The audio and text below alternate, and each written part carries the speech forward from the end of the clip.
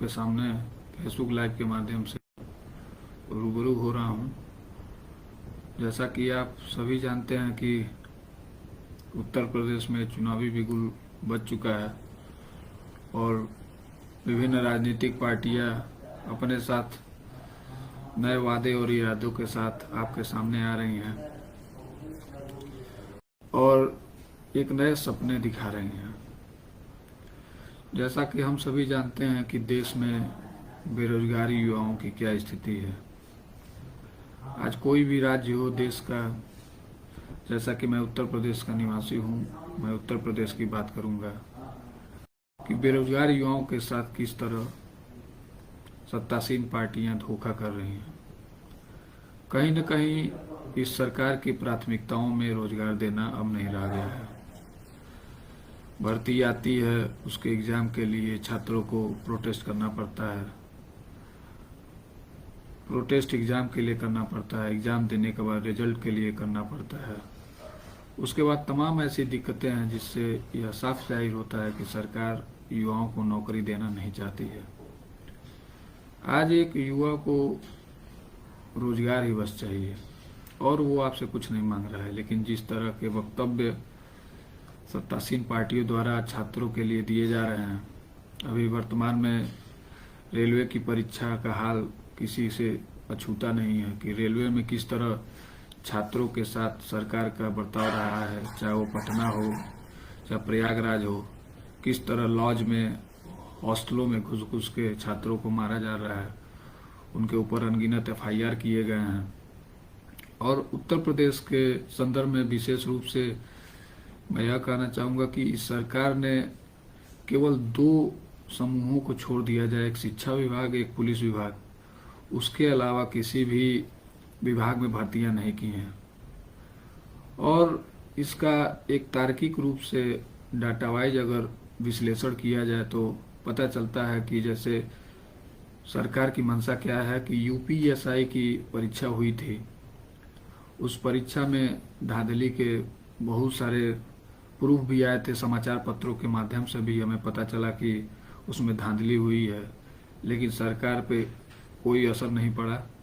और जो agency UPSI की परीक्षा करा रही थी, वो एजेंसी मध्य प्रदेश में भ्रष्टाचार के मामले में संलिप्त होने के कारण बैन है।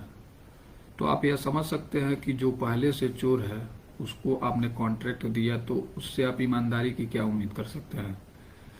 और रेलवे के बारे में जो ग्रुप D का कॉन्ट्रैक्ट जो TCS से छोड़कर NSC-IT को दिया गया है, वही एग्जाम एजेंसी है जो UPSI का परीक्षा कराई थी। तो आप यह समझ सकते हैं कि किस प्रकार यह सरकार बस उलझा के रखना चाहती है। NTPC के परीक्षा में सरकार ने कहा था कि 20 गुना छात्रों को लिया जाएगा। 35,000 पोस्ट है तो 20 गुना छात्र, नियर अबाउट 7 लाख छात्र हुए, लेकिन 20 गुना रोल नंबरों को बुलाया गया है। सरकार ने अपनी गलती स्वीकार की है और उस पर कमेटी भी गठन कर दी है, लेकिन सरकार की प्राथमिकता है ही नहीं, क्योंकि 2019 की भर्ती आज 2022 2 फरवरी हो गया, अभी तक एक CBT का एग्जाम हुआ है। और ग्रुप D की परीक्षा में 2 स्टेज इनबिल्ट कर दिए गए थे, लेकिन सरकार इस पर संज्ञान ले रही है। लेकिन अब कमेटी की रिपोर्ट कब तक आती है, 3 मार्च लास्ट डेडलाइन है, उसके बाद देखते हैं क्या होता है। तो मैं स्पेशली किसी पार्टी का समर्थक होने के नाते नहीं, मैं व्यक्तिगत रूप से केवल बेरोजगार युवाओं के जो भी प्रतियोगी छात्र हैं, मैं उनसे यह कहना चाहता हूं कि आगामी जो उत्तर प्रदेश के निवासी हैं, पंजाब के हैं, उत्तराखंड के हैं, जहां भी चुनाव है, 5 राज्यों में चुनाव हो रहे हैं, तो उनकी प्राथमिकताएं वोट देने जाने से पहले ये होनी चाहिए कि हमको रोजगार देने की प्राथमिकता किस सरकार में ज्यादा है, उसको मद्देनजर रखते हुए आपको वोट करना है। विभिन्न राजनीतिक पार्टियां आपको बरगलाएंगी, आपको झूठा वादा देंगे कि हम आपको रोजगार देंगे। जैसा कि केंद्र सरकार ने पहले 2 करोड़ रोजगार देने का वादा किया था, कल के बजट में मैंने देखा कि 60 करोड़ रोजगार देने का वादा हुआ है। तो इस तरह आप तय कर लें कि कैसे हमको जाना है, क्या हमारे मानक होने चाहिए वोट देने जाने से पहले, और बहुत सोच समझ कर हमें अपना प्रतिनिधि चुनना है, ताकि कैसे हम अपनी बातों को रख सके, कौन हमारे हक और अधिकार के लिए बात कर रहा है। जैसा कि उत्तर प्रदेश में चुनाव तो है ही, धीरे धीरे सभी प्रत्याशियों की लिस्ट भी आ रही है। भारतीय जनता पार्टी जो उत्तर प्रदेश में सत्ता में थी 2012 में, सबने परिवर्तन के नाते भारतीय जनता पार्टी का समर्थन किया था, और भारतीय जनता पार्टी जैसा कि कहती आई है कि सबकी सरकार है, लेकिन प्रतिनिधित्व के मामले में पिछड़े और दलित समाज, खासकर पिछड़े दलित और अल्पसंख्यक वर्गों को भागीदारी के मामले में इस सरकार ने क्या दिया है वो किसी से छुपा हुआ नहीं है। जैसा कि सक्रिय राजनीति के रूप में मैं हाटा विधानसभा से सक्रिय राजनीति में इंटरेस्ट रखता हूं, तो उस आधार पे मैं यह कहना चाहूँगा कि जिस प्रकार भारतीय जनता पार्टी ने टिकट वितरण किया है वो समझ से परे है। रिप्रेजेंटेशन किस आधार पे होना चाहिए, किस समाज, किस वर्ग की जनसंख्या कैसी है, जैसा कि सामाजिक न्याय की प्रतिस्थापना के लिए एक बात कही जाती है, जिसकी जितनी संख्या भारी उसकी इतनी हिस्सेदारी। तो जैसा कि मैं सहितवार समाज से आता हूँ, सहितवार समाज के कई लोग टिकट मांगने के लिस्ट में सबसे आगे चल रहे थे, लेकिन अचानक कुछ ऐसी सूचनाएं मिल रही हैं कि जहाँ पे टिकट बिकने का बात आ रहा है, तो कहीं न कहीं हाटा विधानसभा के परिप्रेक्ष्य में हमें यह सोचना होगा कि किसने हमको प्रतिनिधित्व दिया है। जब तक आपका प्रतिनिधित्व नहीं होगा तब तक आपकी बात सुनी नहीं जाएगी।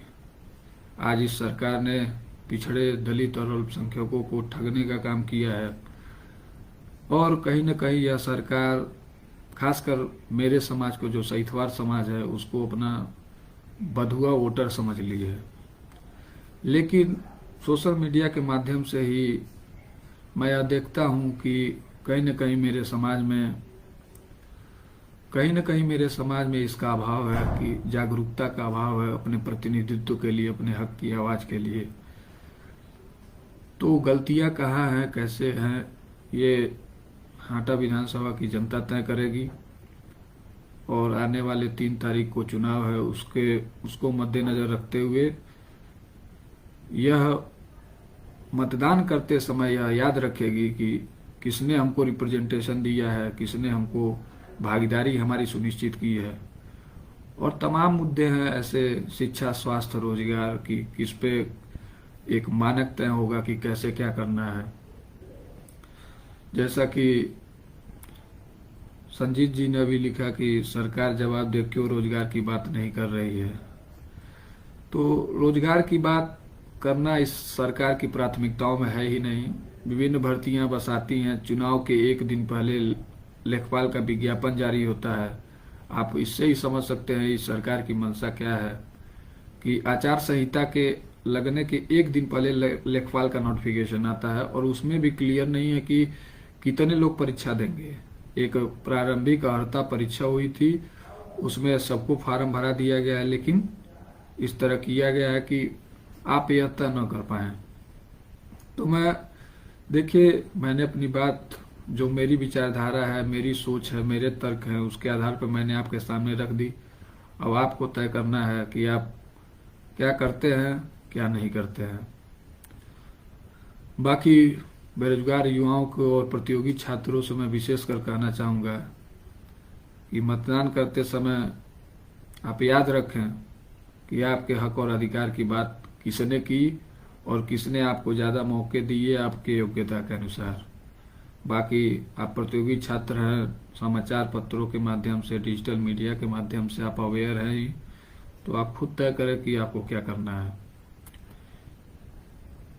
बाकी इन्हीं सब बातों के साथ मैं अपने शब्दों को यहीं ख़त्म करता हूं, और हो सके अगर मैंने कभी किसी को व्यक्तिगत कुछ नहीं कहा है तो मेरी बातों से किसी को तकलीफ तो होनी चाहिए नहीं। मैं किसी का व्यक्तिगत विरोधी नहीं हूँ। मैं किसी का ये नहीं कि किसी कुंठा से भी प्रेरित होकर मैं यह बात कर रहा हूँ। मैं बस एक आम उत्तर प्रदेश का आम निवासी होने के नाते चुनाव के समय अपनी बात सोशल मीडिया के माध्यम से अभिव्यक्त की आज़ादी के आधार पर कर रहा हूँ, और मेरी बातों से किसी को तकलीफ नहीं होनी चाहिए। इन्हीं सब बातों के साथ मैं अपने बात को यहीं ख़त्म करता हूँ। फिर सोशल मीडिया का ज़माना है, फिर मुलाकात होती रहेगी। बहुत बहुत धन्यवाद, आपने इतना कीमती समय निकाल कर मुझे सुना।